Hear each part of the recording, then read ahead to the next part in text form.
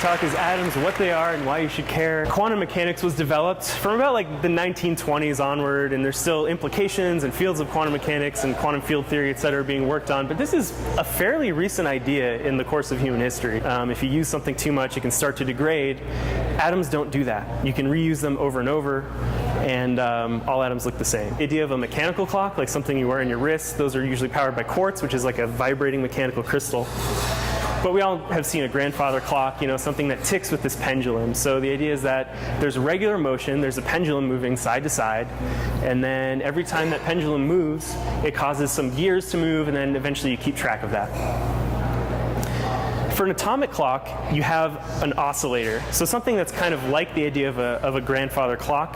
Something that's ticking could be ticking very fast. For example, a laser or a maser.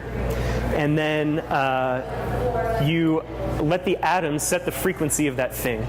So an atomic clock works by having a really nice clock and then checking its frequency, checking its time. Okay, does it sync up with the atoms? Does it sync up with the atoms over and over again? Well, if you had a sensitive enough clock, you could detect changes in its tick rate due to variations in the Earth's gravitational field.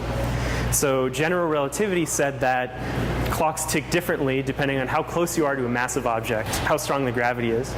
But if you have a sensitive enough clock, you could detect density variations in the Earth's crust, which could be good for, finding oil or something like that. And then better GPS. So more precise clocks could allow ground-based GPS sensors to sync up with the satellites better, and could also, because GPS works on timing differences between different satellites, if you can tell time better, you can better tell the distance to different satellites, which means that you can triangulate your position better.